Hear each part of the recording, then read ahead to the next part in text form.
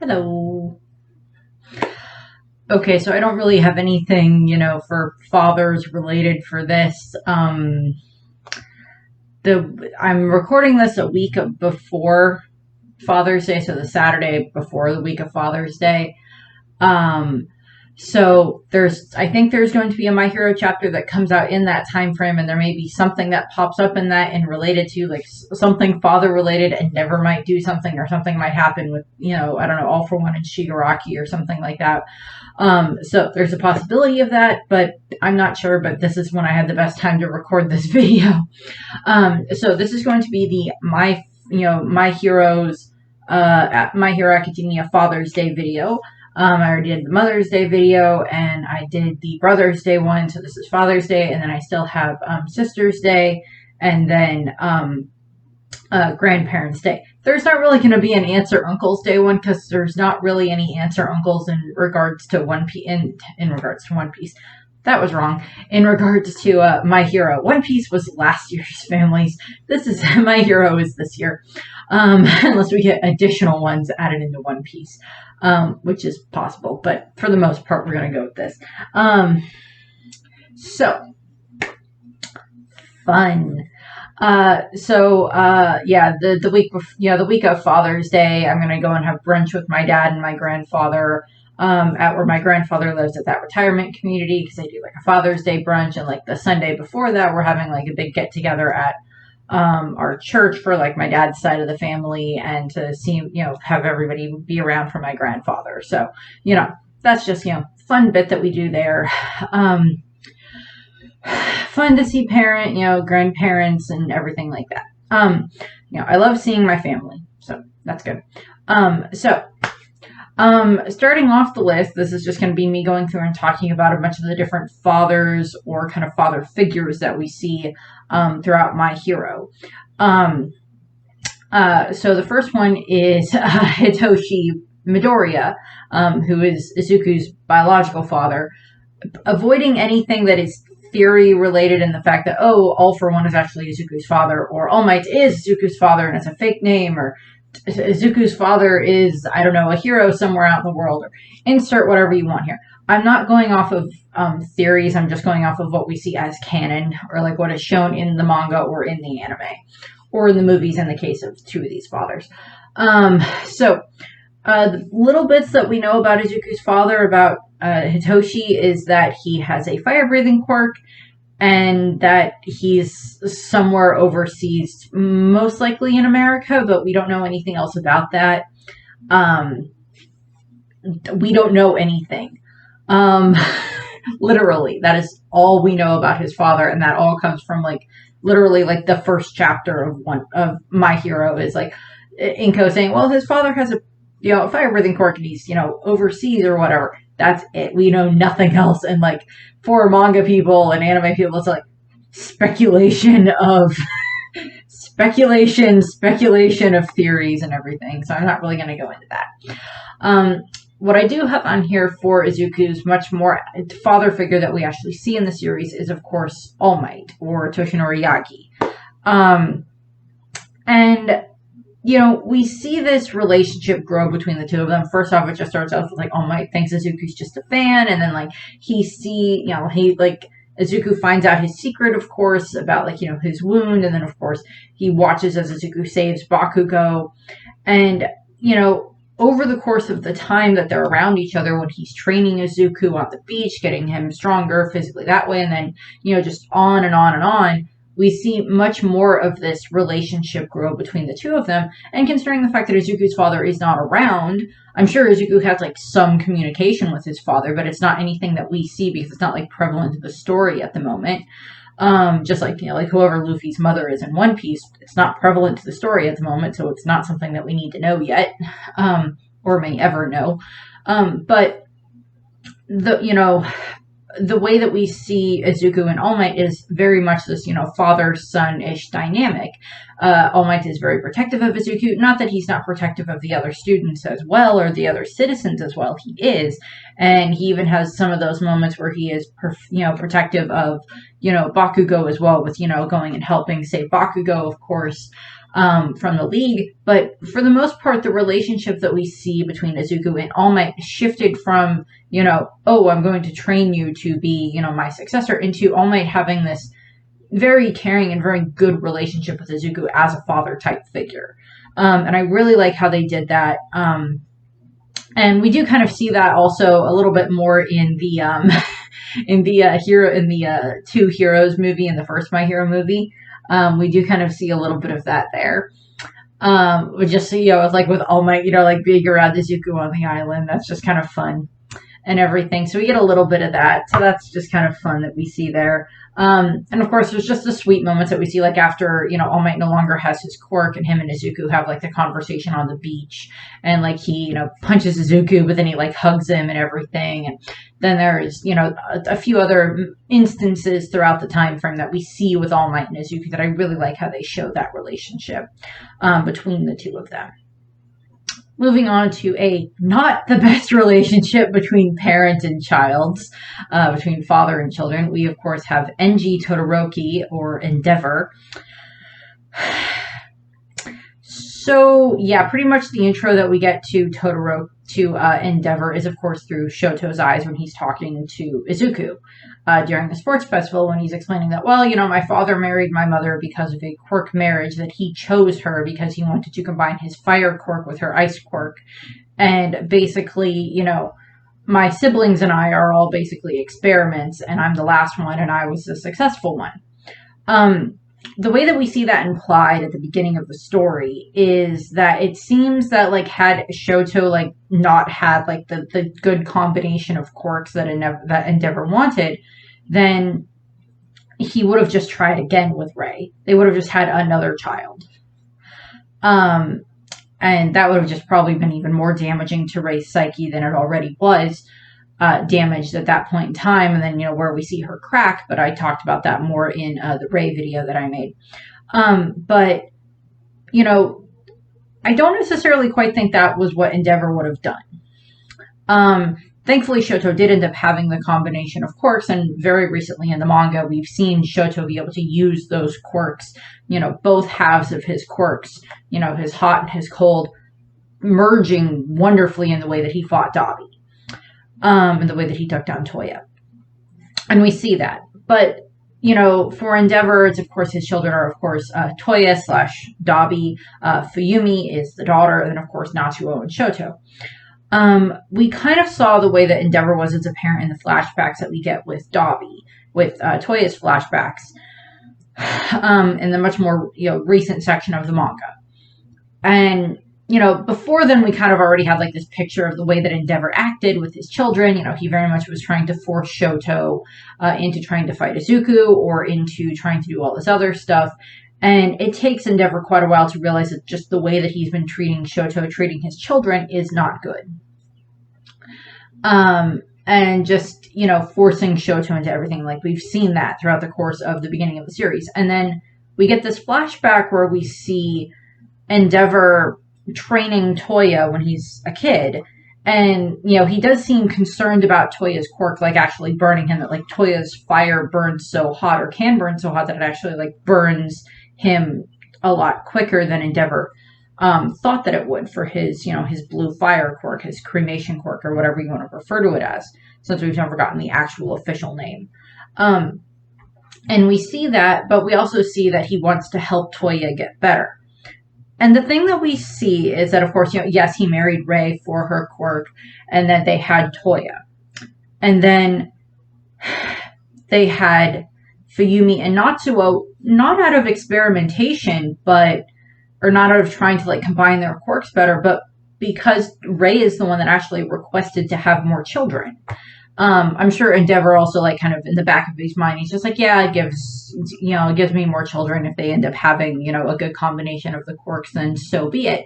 But I don't think that was his initial intention. Toya, yes, that was his initial intention, to have Toya and have, a child that had, like, a good combination of the quirks. And then, unfortunately, by the time Toya, because I don't remember, I do not remember off the top of my head if we ever get, because we know that Shoto is, I think he's like 16, almost 17 at this point in time, and then like Natsuo is in college, and then Fuyumi is, of course, out in the workforce already. And there's not quite exactly like 4-year age gaps between all of them, But I don't think there was enough of an age gap between between Toya and Fuyumi in order for them to already know what Toya's quirk was. So Fuyumi would have already been born before Toya's quirk probably manifested, unless it manifested very, very early. And then even then, they didn't know that it was going to develop into this extra, strong quirk that was going to burn Toya. And I'll probably end up doing a much more in-depth video about like Endeavor at some point in time, or definitely going to do a much more in-depth video about Dabi in the future, particularly with a bunch of the new information that we got about him, with his more recent flashbacks with the fight that he had with Shoto, with the things that were revealed there. But I don't think Endeavor's intention was to always just like make so many children to have, one that finally had the quirk. Shoto happened to have the good combination, but everything bad happened with Toya before then. And then Endeavor kind of backed off from training Toya because he saw that the quirk was hurting him. And then I think losing Toya during, the big fire on the hill that we now learn, like, All For One had some hand in, that he took Toya, but at that point in time, Endeavor kind of, lost it a lot more. And then, when Shoto did show more of his power and everything, he'd already started to train Shoto, and he just got worse with Shoto when Toya died. And like throughout the course of the series, we've seen Endeavor get better and better. He's not, obviously, he's nowhere near like the level of a good father that like Endeavor, or that All Might kind of is to Izuku, or that we see with some of the other fathers on this list. But he is improving. And we do see that quite a bit. And he, he's getting much better at understanding his children. And of course, there's the moment where, he tells his children, after they have like the dinner with Izuku and Bakugo, that he tells, Fuyumi and Natsuo and Shoto that I'm going to buy you and your mother a house so that way the three of you can live with your mother. And I will stay here in this house as like part of my penance for what I've done. I still think that's what he's going to do. I still think that's going to come to fruition, but we also know that certain things are probably going to come to light more after everything calms down with like this big war that like Endeavor probably will stop being a hero. But that doesn't mean that he doesn't have a buttload of money already that he can use to like, make sure that that Rei and the children are all set and ready and everything. So yeah, Endeavor has gotten better. Not redeemed himself yet, but he's gotten better. Down the list I'm just going to go through Class 1A anyway first. So then we have Masaru Bakugo, who's of course Katsuki's father. I can never say that. Kachan. He's Kachan's father. And he is much, much calmer than either Mitsuki or Katsuki. Which is just so funny because he's just like, we see Bakugo and his mom are just like exact copies of each other. And then Masaru is just like this calm figure in the background of just like, come on, Kachan, it's fine. Just calm down. Just like there in the background. I love that. I also like that we did get like the backstory about like the fact that like Mitsuki just like saw Masaru one day when she was like working at a fashion show or whatever. She's just like, nope, he's mine now. And like basically just like made him go on a date with her. I just kind of find that funny. Yeah, so I just find that funny. Down the list, because we don't know that much about Masaru, or I know that he sweats acid, so that's like the combination of like nitro or like glycerin from Mitsuki, and then acid from him gets, the nitroglycerin kind of quirk sweat for Bakugo. So that's where that comes from. Don't know that much else about him at the moment. His current whereabouts are probably at the UA Academy at the school at the moment. Probably the same place where also Rei is, along with Natsuo and Fuyumi are probably all there as well, along with Inko and all the other parents of the children that are not, currently heroes, aka Endeavor. Next up, we have Gonma Asui, who is, of course, Suyu's father. He is also the father of Samadari, who is Sue's younger brother, and Satsuki, who is Sue's younger sister. He has, all of them have the same quirk. He has the quirk of frog. He looks quite a bit more like a toad than, Sue and his siblings do. He's a good dad from what we understand. He's probably very supportive of his children. Probably very proud of Sue for what she's been able to accomplish, and they're probably all currently at UA at the moment because we don't know anything else about them. Next up, we have Tenya and Tensei's father. Ida, Mr. Ida, whatever. We don't know his name. We never got a name for him. We see like a flashback of him at one point when we see like a very young Tenya and like a teenage or like a just getting into being a hero Tensei. There's like actually quite a bit of an age gap between those two. But like we see them talking with their father, and like, Tensei's just like, he's like very proud of Tensei for, becoming Ingenium. And it's stated that like Ida comes from like a line of like heroes, that like the Ida family have been heroes for a little while with their quirks. And that either the quirk comes from like their mother or from their father, and we don't know which, because like we've never actually seen like full body images of like either their mother or their father, because like Tensei's jets were in his arms and like Ida's jets were in his legs. And we saw like their mother's arms, but we never saw like her legs. So she could be the one that passes down the quirk. She knows at least about pulling out the engines and then they grow back stronger.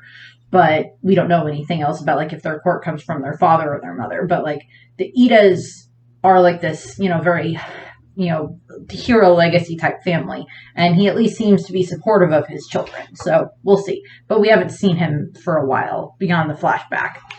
Next up, we have Achako's father. Again, we do not have a name for him. We know that Achako, mother and father run like a construction company, and that it's not a very well, very lucrative job, unfortunately. It's not a very lucrative company for them, but they enjoy their work. We know nothing about her parents' quirks. One of them may have a similar quirk to what she has, since it may have like evolved into like, the zero gravity quirk that she has, but we don't know which. And we see her parents. We get them in some flashbacks when we see her talking to Izuku and Tenya about Ida. It's easier to call Ida than Tenya. When talking to Izuku and Tenya about why she wants to be a hero, like they have no problem with like trying to be a hero for money to help take care of your parents. It's not a bad thing. That's an admirable thing to do, because you want to keep. You want to make sure that your parents are safe and well taken care of. Not a bad thing. Stain might see that as a bad thing, but they don't. Well, I don't know. Different tangent. Don't want to go near that tangent right now. But we see that her parents are very supportive of her, considering that they help send her to UA. They come and, they call her after they watch her at the sports festival. They're very, very proud of her.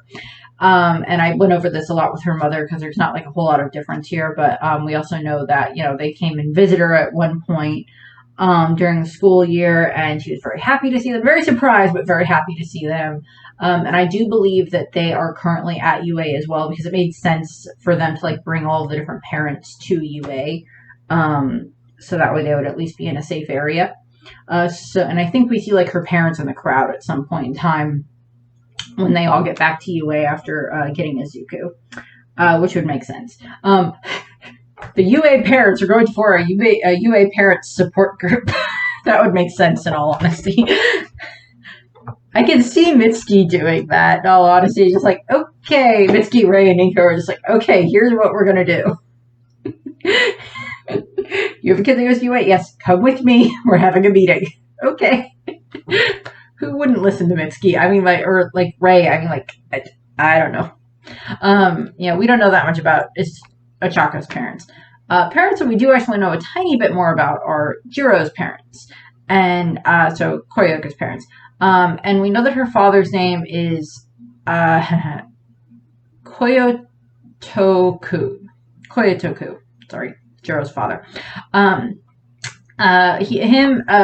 Kirika has an excellent relationship with her parents. We see this throughout the course of the little bit of the interaction that we see between her and her parents when Izawa goes and talks with them about, like, you know, Koyoka coming to live at the dorms. And they have even a better thing to be proud of her about at the moment with, like, currently, like, what happened just in the manga when, like, you know, her going up against All for One with Fumikage with them. She's awesome. I love Koyoka. She's great. She's one of my favorite Class 1A members. And I have a Noibat named after her, or a Noiver named after her. But what we see is, you know, her parents are, you know, her father's this musician, like this, you know, rock and roll type musician or whatever, and like her mother's like a music producer. And we know that Koyoka gets her quirk from her mother because her mother also has like the earlobes. But we also see when we get some flashbacks with Koyoka around the sports festival, or around the cultural festival, she explains it was like, well, I was worried that my parents wouldn't want me to become a hero because they would want me to go and become a musician like they are. And of course, like, her parents are just like, no, that's not true. We wanted you, you know, we want you to be whatever you want to be. You want to be a hero, you be a hero. You want to be a singer, you be a singer.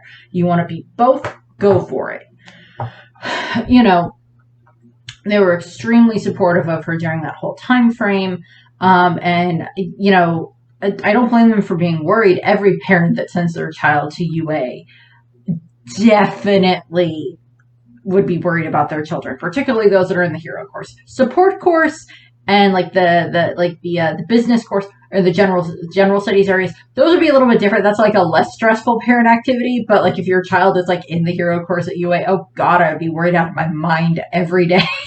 It's just like, oh my God, please don't get hurt. Please don't get hurt. Yeah, that would be my answer. It's just like, oh good Lord, help. And so we see that with a lot of, you know, with the way that Koyoka's parents are, they're very supportive of her, you know, her father and her mother, Mika. And of course they were concerned with everything happened with like the Vanguard Action Squad attacking at the summer camp, but you know, they understand that the school is keeping her safe and training her. Next up we have Toru's father. So Mr., you know, we don't... Same thing that I stated with her mother. We have no idea what they look like because they're invisible like she is. So we know their quirk, but we don't know anything else.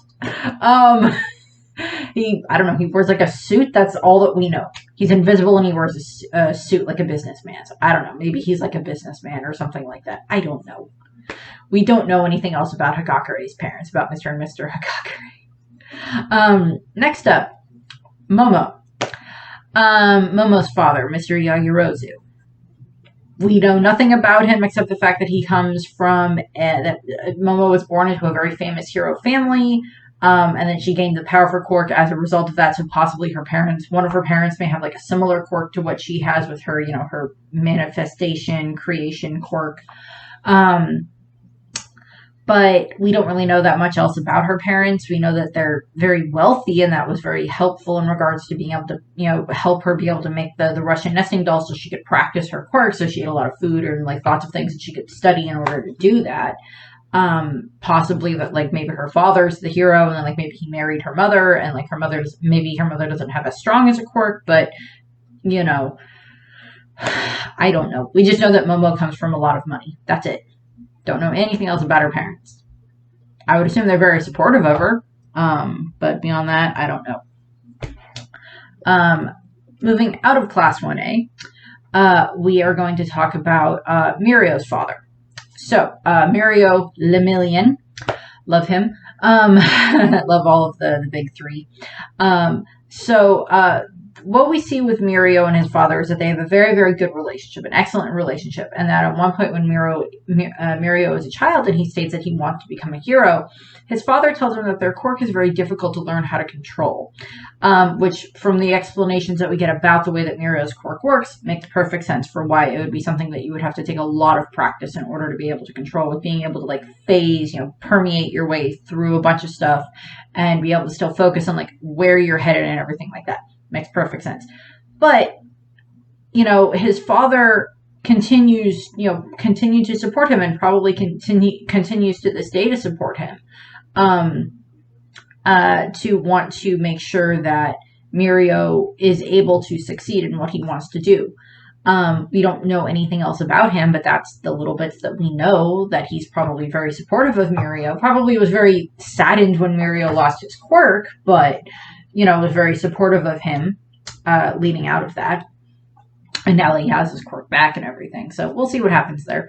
I don't think a lot of these parents we're probably not going to see that much more of. But we might see them again, like maybe at the end of the series, or if we get like at some point where we get like the parents' reactions to like what's going on, like Koyoka seeing her parents again after she's like lost one of her lobes. If they, I don't think they could like find it and reattach it. That might be a little bit too much, but if there's, something else that they could do, like, she can always get like a prosthetic one, I'm sure that would probably be able to function just fine. And work with her hero costume, but we'll see what happens with that. But like, the parents, I don't blame them for being worried at all. Moving out of UA parents and into a different parent, whose child is now the reason for concern to a lot of UA parents. We have Kotaru Shimura. Now, of course, as I went over in the Mother's Day video, Kotaru is Nana Shimura's son. She gave him up for adoption when he was young, and ever since then he's held a grudge against her, a grudge against heroes, to the point where, all grown up, has his own family, has his wife, has his, 2 children, have Tenko and Hana, and how he is very controlling and abusive of them, that he doesn't want any talk of heroes in his house, that he doesn't even want to, have his children think about being heroes. And we see how abusive he is toward them. And I would actually put, I'm like comparing Kotaru to Endeavor. I'm like, at the very least, I will say this about Endeavor in comparison to Kotaru. At least Endeavor is not trying to make his children hide who they are. He wants them to embrace their quirks. He wants Shoto to embrace his quirk. And, as much of a horrible father to a degree as Endeavor is, he at least wants, as best as he can, the best for his children. He wants Shoto to become the best hero that he can be. And, we see that. With Kotaru, he just wants nothing to do with heroes.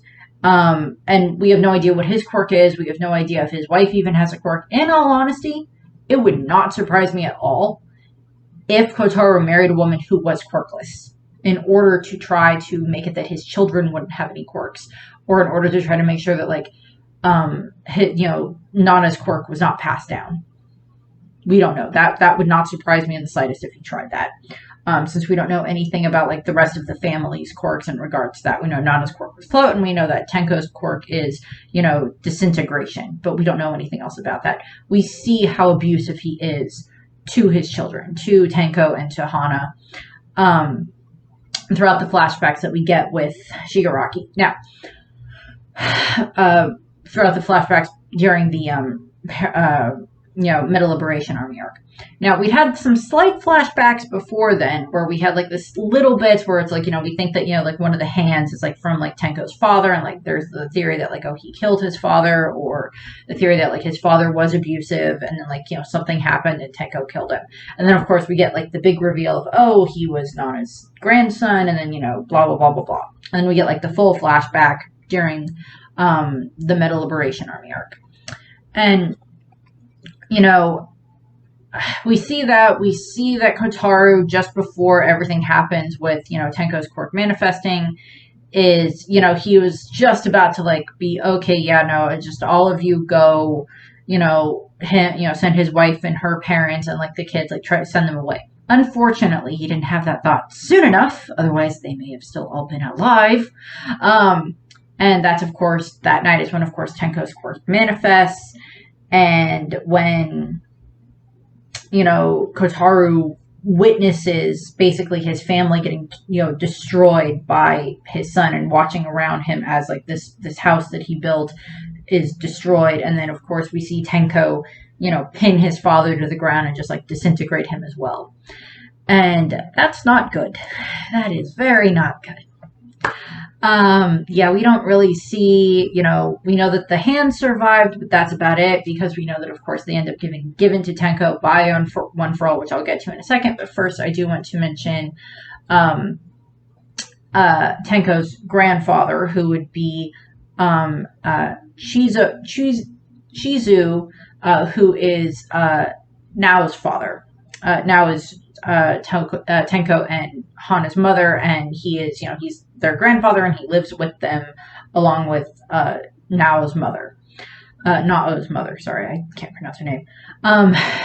And he's very scared of his son or his son-in-law, which I don't blame him, but not really much else that we see about him. I'll probably talk a little bit more about him in the grandparents video. Then we have All for One, who, is basically the father figure to Tomura. And we see how he gives him the name Tomura, just like, I'm giving you the name Tomura because, to mourn, and I'm going to call you Shigaraki because that was my last name. And we see how he takes Tomura in under his wing after everything happens with his family. And we found out very recently that there were other possible children for his successor, but he specifically focused on Tenko, probably because he was Nana's grandson. And because he already had like this kind of broken mind already that could be easily molded, and that's what he did, and he turns him into his successor, and he's called sensei and everything, yes, but he does at least seem to treat Tomura very as nicely as you can say. He's at least supportive of him and his psychotic endeavors, which is not fun. But but then we also see much more recently how that's been twisted in the fact that All for One's like, no, I'm just going to use you as a puppet. All you were this whole time is just like a puppet for me to be able to use. Get into my, have, All for One copied into you, and then, then I can like slowly take over your body. Yeah, so I'm not surprised by that, and how they're kind of like merging into one being, but we'll see how that ends up ending. I don't think Tomura is very happy about that anymore. Yeah, that's not good. But yeah, Tomura has basically been turned into a puppet.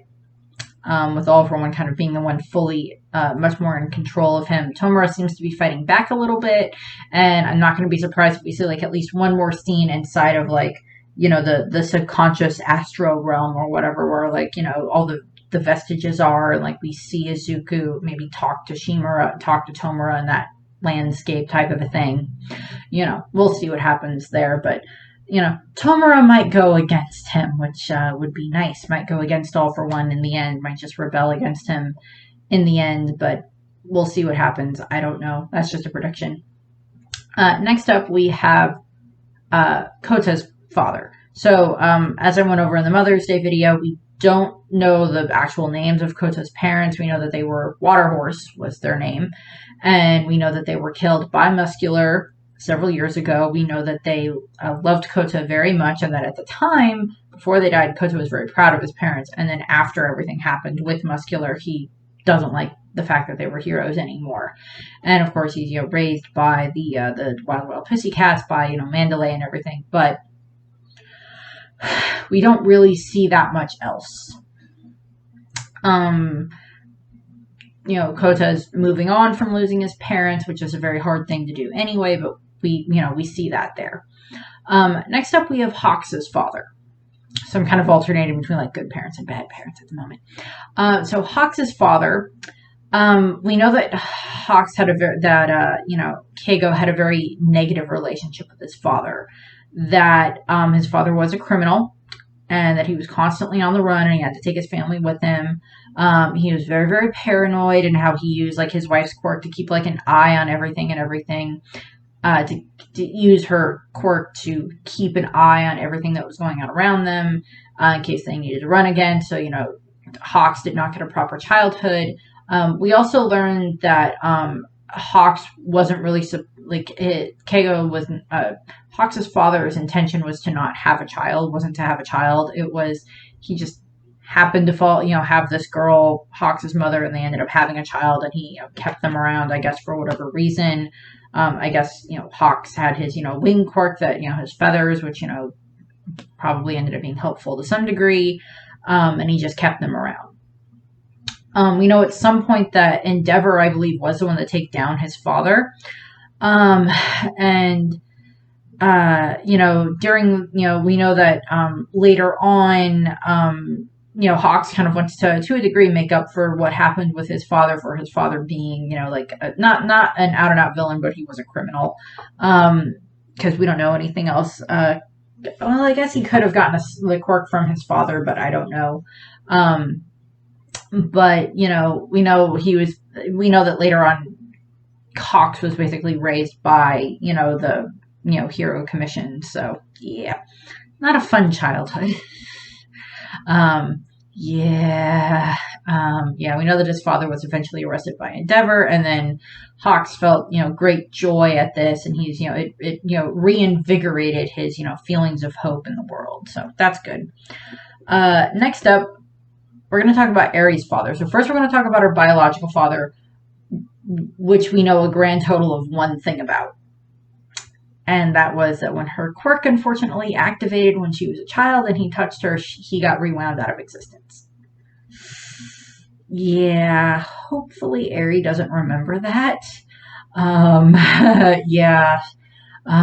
We don't know anything else about that. We know that after that, her mother, took her back to, the Aries mother took her back to her father, who was the head of the Psyche at that point in time, and, left her there and then left.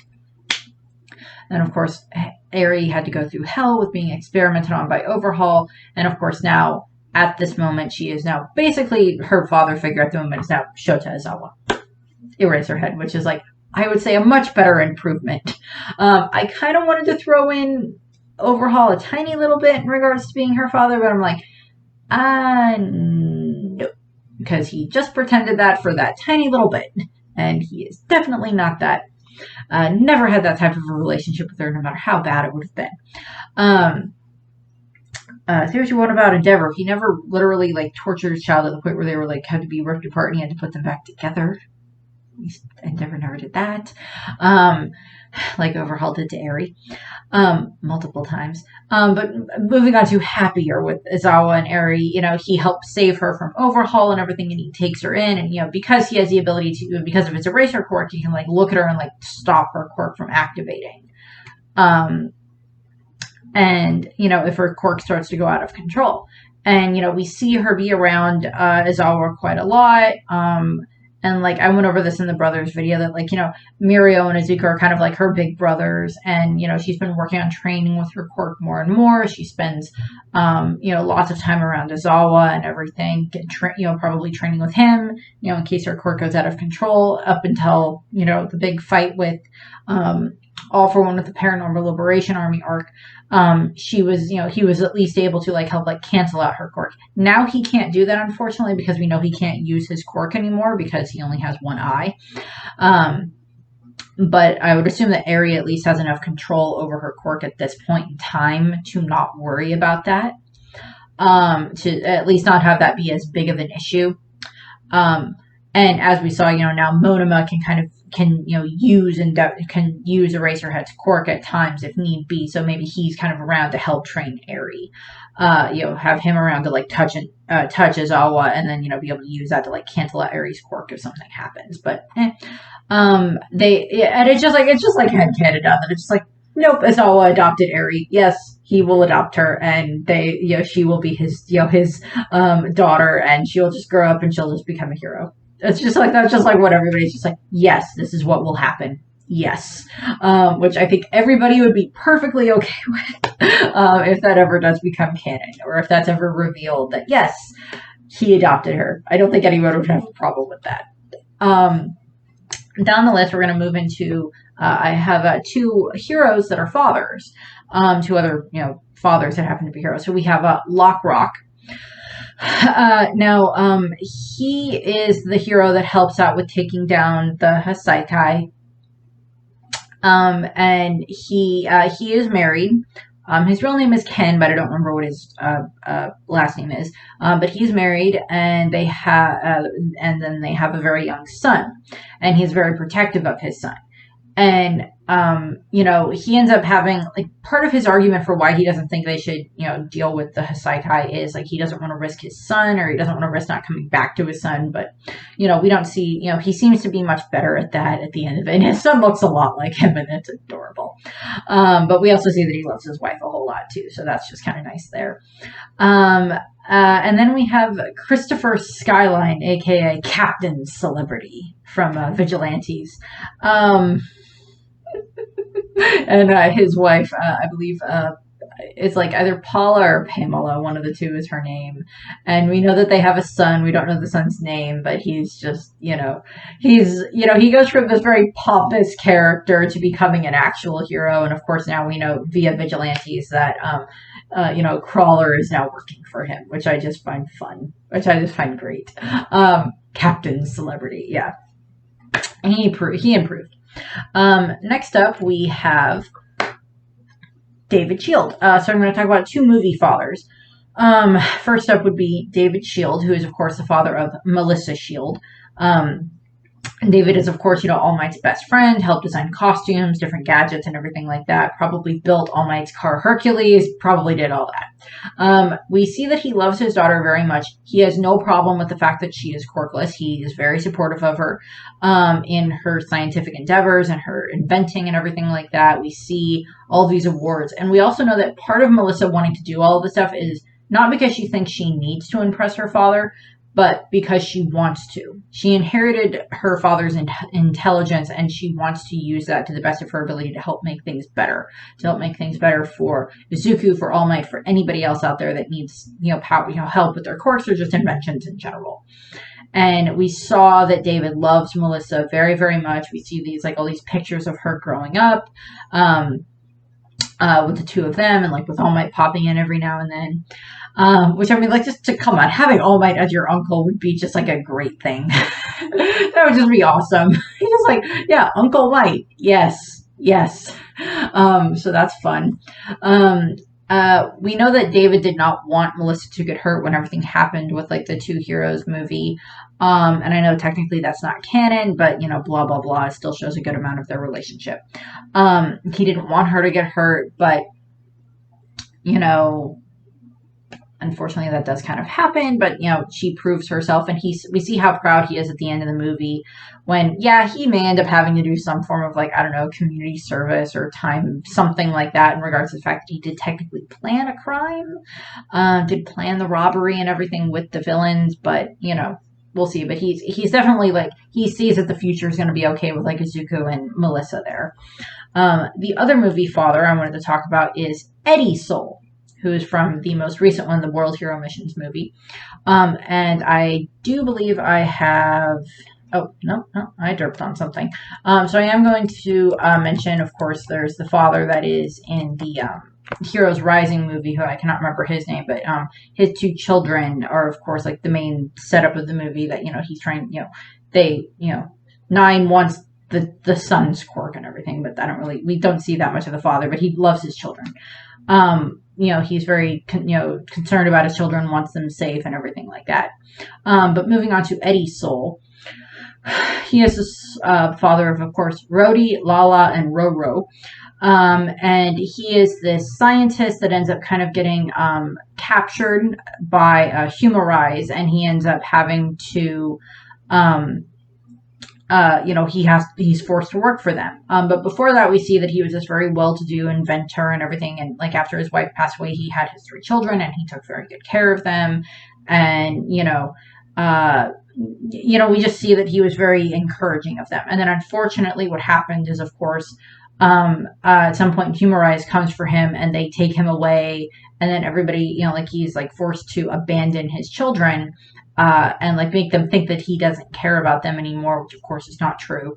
But, Humorize takes him away, and he ends up, having to build, this, these bombs that are quirk destroying bombs he ends up finding a way to get out this information, and it ends up getting, of course, to Rhodey, and we see this throughout the course of the movie. That, he's the one that invented this key to stop the trigger bombs, and that they have to get it to the main computer and everything. And that's the whole big premise of the last part of the movie. But we see that Eddie gets redeemed in his fact that, he gets redeemed in the fact that, his children thought that he hated them, that he abandoned them, when in actuality he left to protect them.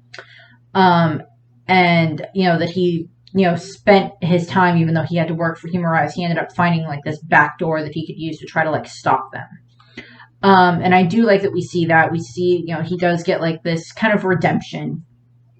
And that is kind of one of the things that we see as like a theme in My Hero, like redemption arcs. Bakugo kind of got like his own redemption arc, and the fact that, he starts off with this bully that's around Izuku all the time.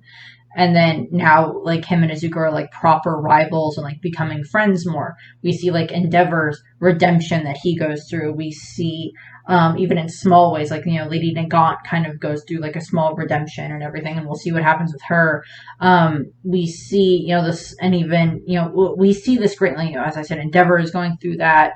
Shigaraki probably not a whole lot, but possibly might get a tiny bit of a redemption at some point, but we'll see what happens with that. Even with Vigilantes, there's bits of, redemption in there. And with Eddie Soul, it was a bit of a redemption story that we see.